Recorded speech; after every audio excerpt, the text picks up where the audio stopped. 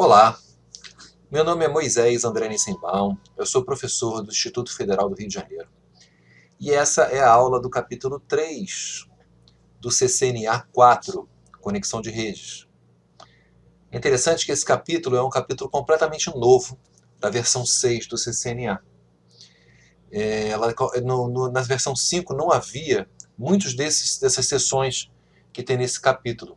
Tá? Então aqui a gente tem uma visão geral, antes da gente ir para o PowerPoint, a gente dá uma olhada aqui na plataforma online, né? A gente tem o PPP over Ethernet, VPN, túneis GRE, external BGP. Então são coisas que geralmente são mais aprofundadas no CCNP, mas que aqui já aparecem no CCNA, porque são tecnologias muito comumente usadas hoje em dia. E todas essas tecnologias, elas tratam do quê? Do acesso do cliente, certo? Ou de uma filial a uma sede. Tá? O PPPoE é o encapsulamento mais comum assim para conexões domésticas por causa do DSL. O VPN que está se tornando cada vez mais comum da conexão entre empresas, com o uso da internet como sendo o grande hub de conexão entre as filiais, né? E também para o acesso para o trabalho remoto, que está ficando cada vez mais comum também o funcionário trabalhar não dentro da empresa, mas ou em casa ou em trânsito. Né? E a VPN é fundamental para isso. Os túneis, de maneira geral, que o GRE ele pode encapsular outros protocolos, é interessante. O BGP, que é o protocolo de roteamento utilizado entre sistemas autônomos da internet. A gente vai dar uma pinceladinha nisso, né, de como configurar o BGP em roteadores de borda, tá certo? Então, é bem interessante esse capítulo, é bem interessante estudar, fazer os laboratórios, tá? Muita coisa não dá para fazer no Packet Tracer, a gente tem que fazer com equipamentos reais, tá? Mas é bem interessante. Então vamos aqui para o PowerPoint ver a parte teórica disso aí. Vamos lá, quais são os objetivos desse capítulo, né? Conexões de acesso remoto. Então o objetivo é selecionar as tecnologias de acesso remoto de banda larga para suportar os requisitos, né? Então tem várias opções de banda larga, a gente vai olhar essas opções e vai aprender a escolher qual é a mais apropriada. PPPoE, né? Que é um protocolo super usado, e a gente vai aprender a configurar o roteador da Cisco a trabalhar como cliente PPPoE, não como servidor, né? VPN, tá? A gente vai explicar como as VPNs protegem a conectividade, o acesso remoto de cada site, GRE também. A gente vai ver como é que é simples a gente implementar um túnel GRE entre dois roteadores, tá? E a implementação do eBGP de forma bem simples mesmo, tá? Que é a Single Home, que praticamente não é usada na prática, mas a gente vai aprender através dela os comandos do eBGP. Tá?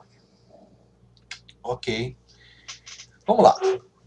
Conexões, primeira parte, né? Conexões de acesso remoto. Existem várias maneiras de a gente conectar um determinado site à internet ou à rede, né? E o primeiro deles é o cabeado, que aproveita o quê? Aproveita os cabos de TV, a infraestrutura legada de cabos de TV. E aqui então tem vários equipamentos. Aqui a gente tem o CMTS, tá? Que fica aqui na área principal, tá certo? A gente tem isso aqui transmitido muitas vezes, não só por cabo, mas através de fibra também, até um determinado nó. Tá? Chegando nesse nó, essa internet é distribuída pelos diversas residências da região, tá certo? Ou empresas da região, mas essa divisão é feita de forma compartilhada. Interessante. Você tem um cabo que você pode, um cabo só que você leva aqui, e aqui você tem um divisor, tá vendo? Que você divide entre essas três residências, um cabo só. Então é um meio compartilhado. Tá? Então o sistema usa um cabo coaxial que transmite sinais de radiofrequências pela rede. Normalmente você aproveita a infraestrutura de TV a cabo. O CMTS do ponto inicial se comunica com os CMs localizados nas casas do assinante. CMs são os cable modems, né? Tá? A rede HFC é uma rede com a combinação de cabos óticos coaxiais, no qual o cabo de fibra ótica substitui o cabo coaxial de largura de banda mais baixa. A fibra tem largura de banda maior, também pode atingir uma distância maior. Ok. E o DSL? O DSL ele vai aproveitar o quê? A estrutura legada de fiação de telefone. Tá? E como é que isso é feito? Lá no Central Office, né? Lá na central telefônica, você tem um equipamento chamado DSLAM, tá? Em que em um switch também de linhas, né? Com o qual você vai poder distribuir uma conexão de internet por várias conexões telefônicas diferentes, usando a frequência do DSL. Tá? Sendo que um cabo individual vai chegar para cada um dos clientes. Tá? Então, com isso, você tem a principal diferença do DSL e o cabo. Tá? Que o cabo, você leva um cabo só e depois divide ele, então esse é um meio compartilhado. E aqui não, a última milha é feita com cabeamento individual para cada residência. Aí você não tem problema de estourar a largura de banda. Né? Então, a DSL é um meio de fornecer conexões de alta velocidade por fios de cobre, legados, né? Que já haviam sido instalados pela companhia telefônica. Os dois componentes DSL é o transceptor e o DSL. O DSLAM, desculpa, que está aqui no servidor, né? Que está aqui no Central Office. Tá? Vantagem do DSL sobre a tecnologia de cabo faz a conexão não ser compartilhada. Né? Cada usuário tem uma conexão direta com uma porta do DSLAM. Tá certo? Então a limitação se dá numa determinada região pelo número de portas que tem o DSLAM no Central Office.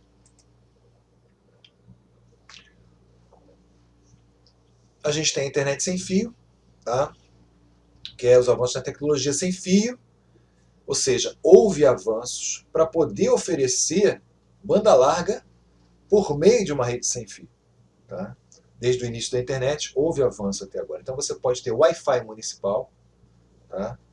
Isso não é muito utilizado, geralmente isso aqui acontece em certas cidades tomadas como modelo, mas não é muito comum ter nas cidades em geral. Tá? O mais comum é o pessoal usar realmente a internet do celular, 3G, 4G, né? E internet via satélite para lugares remotos, onde não tem infraestrutura nenhuma, que é uma conexão muito cara. Né?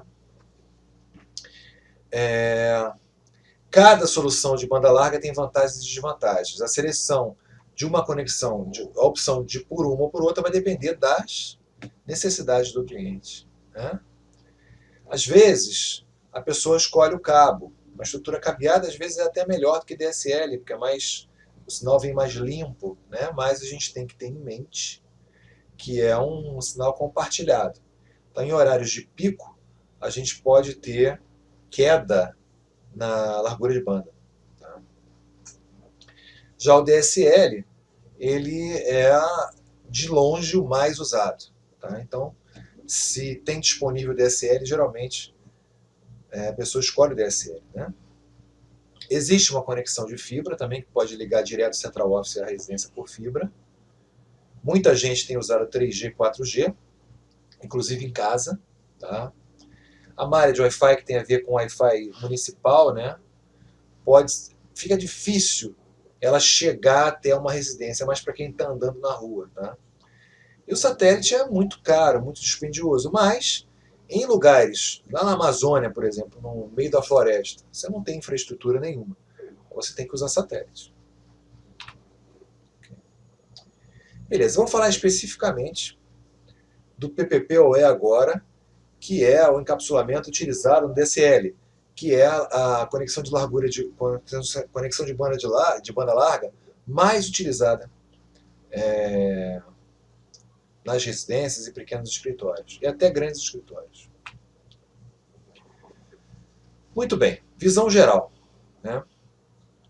É possível usar o PPP em todos os links seriais, inclusive naqueles criados com modem ESDN, tá? E analógicos dial-up. Então você usa o PPP direto. Você tem uma conexão serial, você tem uma conexão dial-up, ou você tem uma conexão ISDN, você usa o PPP, né? Por que os provedores adoram o PPP? Porque o PPP ele suporta autenticação, tá? E ele também tem um sistema que facilita a cobrança. Tá? Então o PPP ele é de longe o protocolo preferido dos provedores de internet, né? O que acontece? Uma conexão PPP pode já atribuir endereço IP nas extremidades. Então, apesar do PPP ser um protocolo de camada 2, ele também atua na camada 3. Tá? Não só com o protocolo IP, ele é multiprotocolo, também é interessante por causa disso. Né? Então, ele na hora de estabelecer a conexão, ele tem a opção de já atribuir um endereço IP a cada ponta. Então, a conexão fica facilitada, tá certo? Já existe a negociação e já existe essa distribuição de endereço IP. Lembra que a interface serial é aquela ponto a ponto. Né? O PPP também suporta autenticação SHA e autenticação PAP também. SHA e PAP.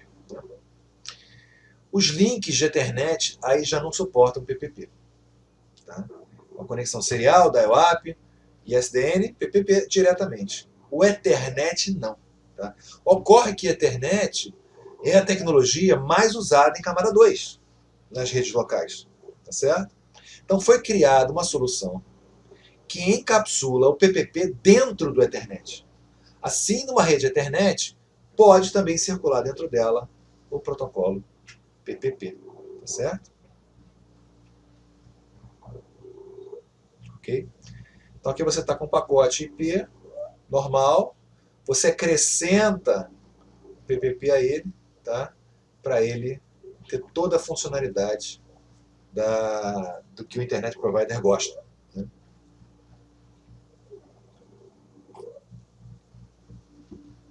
Ok. Muito bem. Aí vem essa configuração. O que eu aconselho vocês fazerem? Olha lá no currículo, que lá é mais detalhado. Lá tem todos os comandos detalhados e tenta fazer o exercício em equipamento real. Tá? Então ele está mostrando como é que você configura o PPA em um roteador. Tá? Então, assim, nós vamos falar sobre isso agora, mas assim, é a parte prática que vai fazer vocês entenderem realmente isso aí. Então, busca fazer essa parte prática no roteador. Então, o que a gente vai fazer? A interface de discador é criada. Então, a primeira coisa que eu faço é dar o comando interface dialer e um certo número, dentro do confiter, tá certo? Esse número pode ser 1, 2, 3, 4, tá certo? Aí você cria uma interface dialer, uma interface virtual. Depois, a configuração SHA-PPP geralmente define a autenticação unidirecional, portanto, o ISP autentica o cliente. Tá? A interface Ethernet física que está conectada no modem DSL é ativada com o quê? Com o comando PPPoE enable. Então eu vou entrar na interface Giga 01, por exemplo, e colocar PPPoE enable. Né? A interface do discador é vinculada à interface Ethernet. Óbvio, eu criei o discador, eu tenho que vincular esse discador à interface que está ligada ao modem. Tá? Isso é dado por meio dos comandos dialer pool, para eu criar um pool, e o PPPoE client. Ambos têm que ter o mesmo número. Tá? O MTU tem que ser ajustado. Por quê? Como você vai acrescentar um cabeçalho PPP, ele vai ocupar espaço. Tá? Então o MTU tem que ser ajustado para que não estoure os 1500 e a camada TCP não comece a dar problema por causa disso. Tá certo? O que mais? Verificando PPPoE. Show IP Interface BR. Tá? É o comando para mostrar todas as interfaces ativas ou inativas do roteador. Inclusive a interface dialer vai ser mostrada assim. O comando show interface dialer verifica o encapsulamento do MTU e também o PPP configurado na interface do discador. O show PPPoE session é usado para ver se está tudo bem numa conexão já estabelecida. Tá? Os endereços MAC de Ethernet podem ser verificados com o comando show interfaces. Lembrando, né, a coisa que eu já disse no outro capítulo. Show controllers camada 1. Show interfaces camada 2. Show IP interface camada 3. Então, solução de problemas do PPPoE. Tá? Então, se por acaso você configura tudo direitinho, discador e etc., né, e a coisa não está funcionando, ou seja, a conexão não foi estabelecida, você tem, além dos comandos show, você tem os comandos debug, tá? O debug em inglês. Tá? Então, o debug PPP Negotiation é legal, né? Até tem um exercício, um laboratório, que ele liga esse debug PPP Negotiation para você observar a negociação, uma negociação, nesse caso, bem sucedida, do PPPoE. Tá? Você vê toda a negociação, autenticação e etc. Tá? PPPoE suporta MPU de apenas 1492 para acomodar o cabeçalho PPPoE. Por quê? O cabeçalho tem 8 bytes. Tá? Então eu tenho aqui o quadro Ethernet, tá certo? Normalmente ele estaria encapsulando, né, um pacote IPv4 com o seu cabeçalho de 20 bytes. Tá? Só como ele está encapsulando aí o PPPoE também, né, esse cabeçalho de 8 bytes vai ocupar espaço. Então o tamanho total, tá certo? Tem que ser diminuído, tá? O tamanho total tem que ser diminuído de 1500 para 1492, tá certo?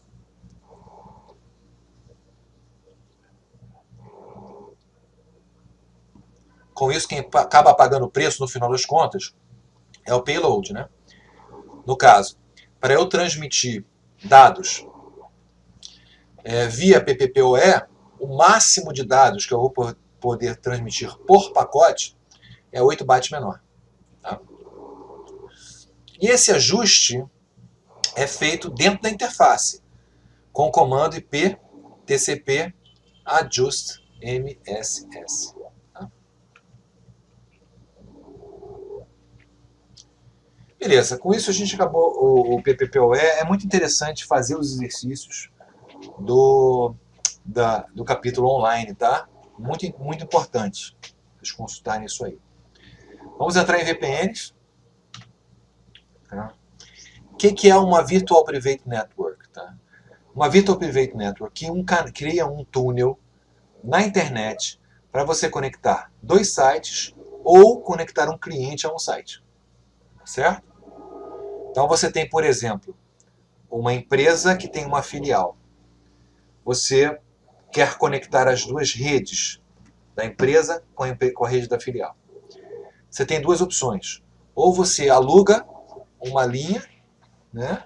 Ele vai ter um custo com relação a isso, custo alto, né? Ou você cria um túnel dentro da internet. Você já tem acesso à internet mesmo. Então você já tem aquele custo mesmo. Então você cria um túnel por meio da internet, praticamente a custo zero, e você economiza, né, aquele dinheiro da conexão dedicada. Tá? Então ele cria um túnel onde as informações trafegam de forma criptografada. Então as empresas usam VPNs para criar conexão da rede privada de ponta a ponta, sob uma rede de terceiros, como a internet. Atualmente, uma implementação segura do VPN com criptografia, como VPN IPsec, no caso do IPv4, corresponde ao que costumava ser uma rede virtual privada, antigamente. Né? Hoje em dia se usa o IPsec para dar mais segurança. Para implementar VPNs, um gateway VPN necessário. Esse gateway pode ser um servidor, pode ser uma caixinha da Cisco ou não, pode ser um roteador da Cisco, tá certo? Uma caixinha dedicada, tá? ou um roteador de outro fabricante também, não precisa ser da Cisco, tá certo? Então, o gateway de VPN pode ser um roteador, um firewall, um dispositivo Cisco ASA, ou vários outros, tá certo? Okay? Vantagens: redução de custo, escalabilidade, compatibilidade com a tecnologia de banda larga e segurança. Tá? Redução de custo, eu expliquei por quê. Escalabilidade, que você pode usar o mesmo servidor, o mesmo gateway, para várias conexões simultâneas, entendeu? Então você pode ter uma sede com várias filiais. Todas se conectam na sede, ou todas se conectam entre si. Então você tem uma escalabilidade grande, tá? Que vai limitar a tua largura de banda da internet. Tá? Não é equipamento que vai limitar isso aí. A compatibilidade com a tecnologia de banda larga é que você já está conectado na internet, então não preciso de nenhum ajuste especial, como por exemplo, poderia precisar o frame relay ou o ATM, tá? E a segurança, principalmente com a implementação do IPsec, né? Então é bem interessante mesmo a solução do VPN. Olha os dois tipos de VPN, né? Então, a VPN site a site, tá? Onde você tem a figurinha aqui. Ele acabou repetindo a figurinha, essa figurinha está errada, né? Seria um site, seria dois edifícios desses, um de cada lado. Essa primeira figurinha aqui, tá? O acesso remoto, que você tem um determinado funcionário da empresa acessando remotamente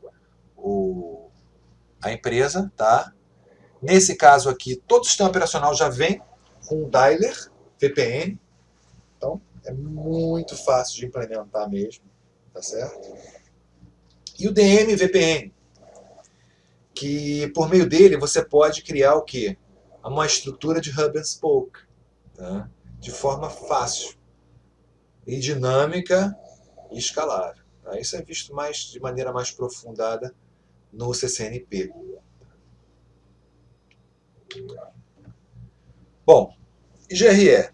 GRE é um túnel, né?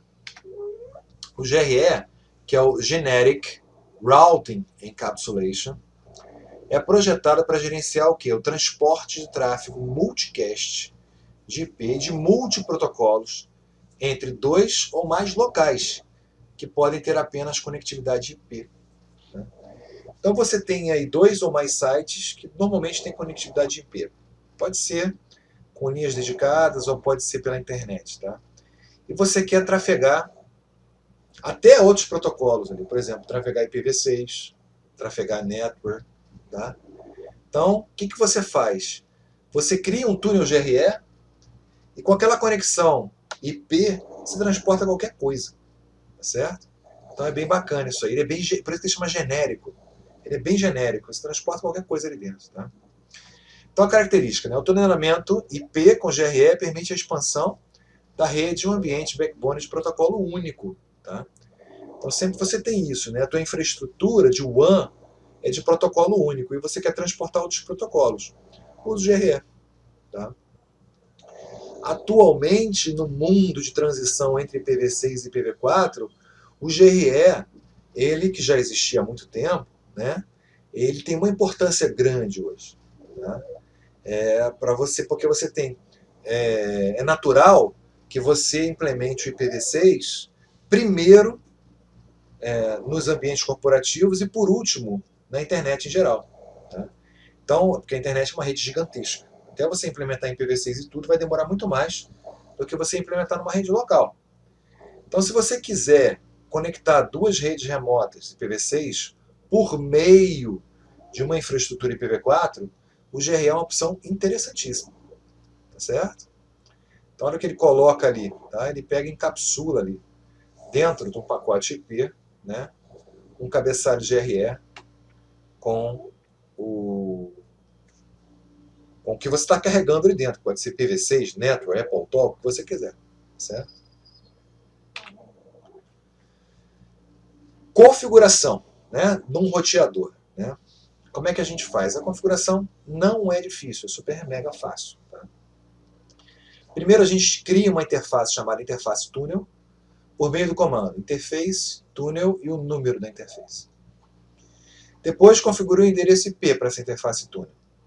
Normalmente é um endereço privado. Tá? não é público na internet. Depois especifica o endereço IP de origem e o endereço IP de destino. Tá?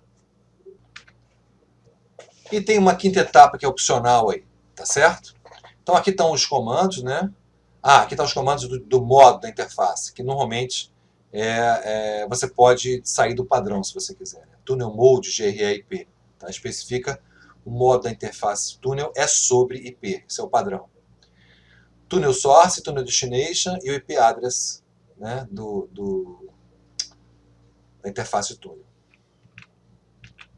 Ok. Para verificar tem os comandos show, geralmente, né, como a gente usa sempre, o show IP interface BR, tá? Para ver se a interface túnel está listada ali, né? Verificar show interface túnel, para você ver quais as interfaces túnel que você tem atualmente no roteador, tá? E caso você esteja rodando um protocolo de roteamento, que é aconselhável, tá? Você pode colocar o show IP OSPF neighbor para ver se está tudo certinho. Tá? Solução de problemas com show IP IntBR, com show IP OSPF neighbor, com show IP route, tá? Para verificar se está tudo correndo bem dentro do túnel. Tá? E o protocolo é BGP, tá? É um protocolo de roteamento, portanto, ele é um protocolo que tem o objetivo dos roteadores trocarem as suas rotas, ensinarem um para o outro as suas rotas. Tá? Só que ele funciona onde? Na internet. Até agora, no CCNA2 e CCNA3, nós aprendemos os protocolos RIP, o SPF, EGRP, que eram protocolos de roteamento que rodavam dentro de uma rede local. Certo? Agora a gente está falando de internet, de redes remotas. Tá? Então, para haver troca de rotas entre esses roteadores da internet, ou pelo menos roteadores que estão conectados dentro da sua empresa, mas estão conectados à internet, né, você precisa de um protocolo mais robusto, que é o protocolo BGP. Tá? Existem dois tipos de protocolo BGP, o IBGP e o EBGP. O IBGP é um BGP que roda internamente na rede local, tá certo? E o EBGP, que é o assunto do CCNA, que roda externamente. Como é que é feito isso? Né? A que a gente explicou agora, né, o SPF, EGRP, etc., são IGPs. Né? O BGP é o EGP que é usado hoje em dia. É o único. Né? O BGP externo e BGP interno, que nós já colocamos agora, e esse curso enfoca apenas o BGP externo, de maneira bem superficial, inclusive. Tá? Então, quando é que a gente usa o BGP? Ele é mais adequado quando um sistema autônomo tem conexões com vários sistemas autônomos. Veja bem, o que é sistema autônomo, em primeiro lugar? Em primeiro lugar, sistema autônomo que está falando aqui é totalmente diferente do sistema autônomo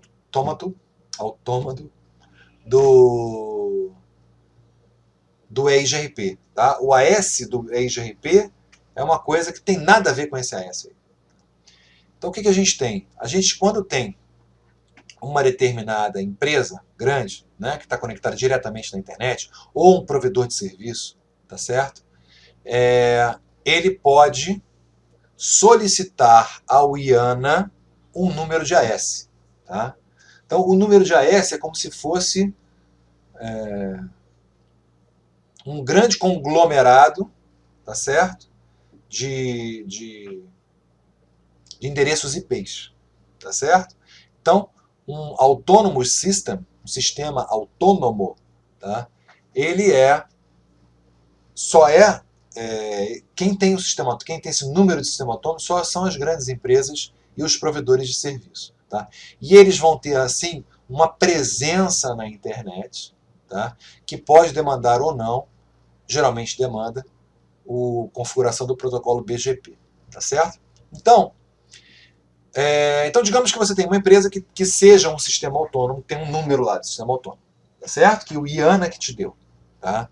Aí você quer conectar a outros sistemas autônomos. Se você tem uma conexão de 1 para 1, você e outro sistema autônomo apenas, não faz sentido você usar o BGP. Tá? Agora, se você tem conexão com múltiplos sistemas autônomos, aí o BGP ele é recomendado, tá certo? Então, o BGP não deve ser usado quando pelo menos uma das seguintes condições existir. Há uma única conexão à internet, tá certo? Ou a outro sistema autônomo. Isso é conhecido como single homed, tá?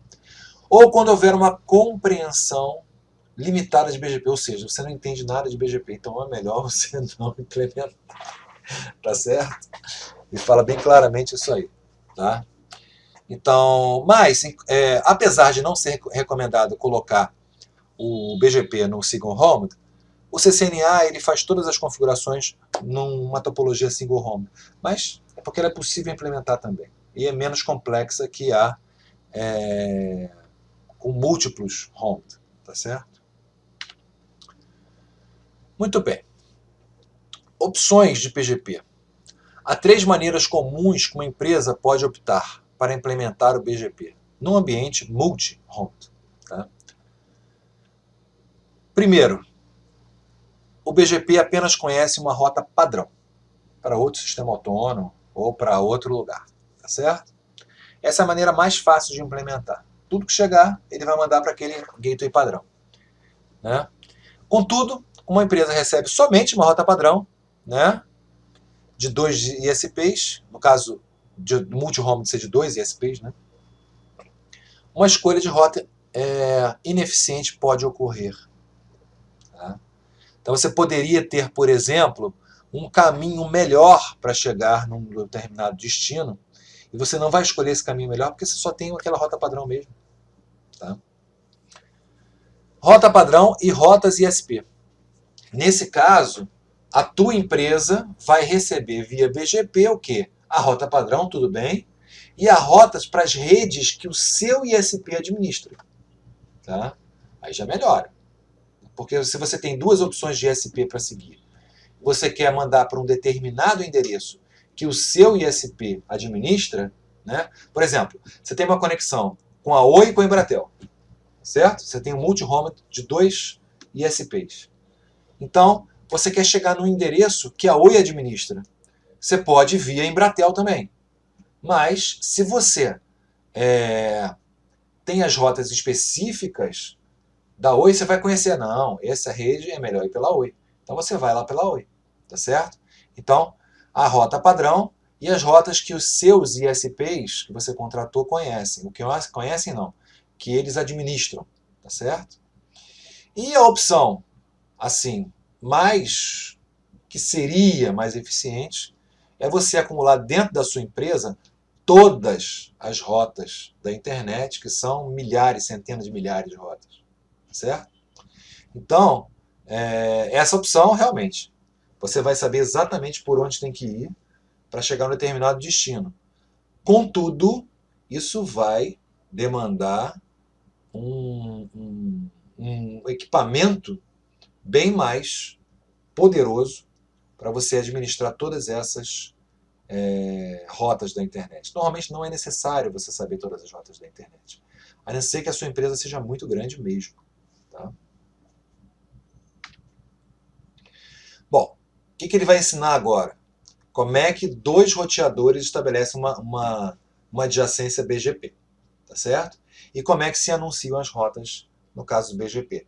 É uma configuração super mega simples, simplificada, dá para fazer no Packet Tracer e eu aconselho vocês fazerem no Packet Tracer, tá certo? Que é só assim que se vai aprender. Vamos lá. Entra no modo de configuração BGP através do comando router BGP e o número da AS que o IANA te deu, tá certo? O que mais? Neighbor. Configuro quem são os meus vizinhos. Uma novidade com relação ao BGP. O BGP é diferente do SPF, do EIGRP, do RIP. O SPF, EIGRP, RIP, o seu vizinho tem que estar diretamente conectado a você, tá certo? O BGP não. O BGP você pode ter um vizinho numa rede remota, tá? Porque a conexão, o estabelecimento da vizinhança BGP se dá por TCP, tá? Que isso aí pode acontecer, uma sessão estabelecida TCP, ela pode acontecer em redes diferentes, né? Isso é bem interessante. Então, você faz aqui neighbor, o endereço IP do seu vizinho e remote AS, o número da AS do vizinho. Tá? No vizinho você faz exatamente a mesma coisa. E aí você estabelece a conexão. Conexão estabelecida na hora. Quando você faz isso, pode testar no Packet Tracer, né? Coloca 2 roteadores conectados com cabo invertido, faz um endereço IP para um, endereço IP para outro e conecta ali, né? Dá o comando neighbor dentro do modo de configuração do router BGP, dá o comando neighbor, o IP do vizinho e o AS do vizinho, tá certo? Aí eles estabelecem a conexão. Depois disso, você pode anunciar um endereço que você conhece por meio do comando network. Tá? É o mesmo comando que a gente usa nos outros protocolos. Tá? Eu dou o comando network, o endereço da rede e a máscara que é opcional. Tudo bem? Se eu não boto a máscara, ele anuncia a rede classful. Ok? Somente isso. Para verificação se o BGP está rodando legal, a gente dá um show IP route para ver as rotas. Se alguma rota foi aprendida por BGP, vai ficar com a letrinha B do lado. Né? Show IP BGP e show IP BGP summary. Tá? Então, o show IP BGP verifica se as redes IPv4 anunciadas e recebidas na tabela BGP. Ele também tem uma tabela BGP, tá bom, gente? Que nem tem uma tabela de topologia, né? No SPF, no GRP, existe uma tabela BGP, que é onde ele armazena o que ele aprendeu para depois o roteador decidir se vai colocar aquilo ou não na sua tabela de roteamento. É a mesma lógica, né? Show IP BGP Summary verifica os vizinhos. E tem outras informaçõezinhas também. Tá? Então tá aqui, ó. Você pode, no Packet Tracer, fazer exatamente isso, né? Conectar 2 roteadores com cabo invertido, colocar um endereço IP para um endereço IP para outro, dizer que esse aqui é uma AS, esse aqui é a outra AS, e estabelecer a conexão BGP entre eles. Tá? Então, com isso, a gente termina o capítulo 3. Lembre-se de fazer todos os exercícios do capítulo para poder compreender bem essas tecnologias. Obrigado.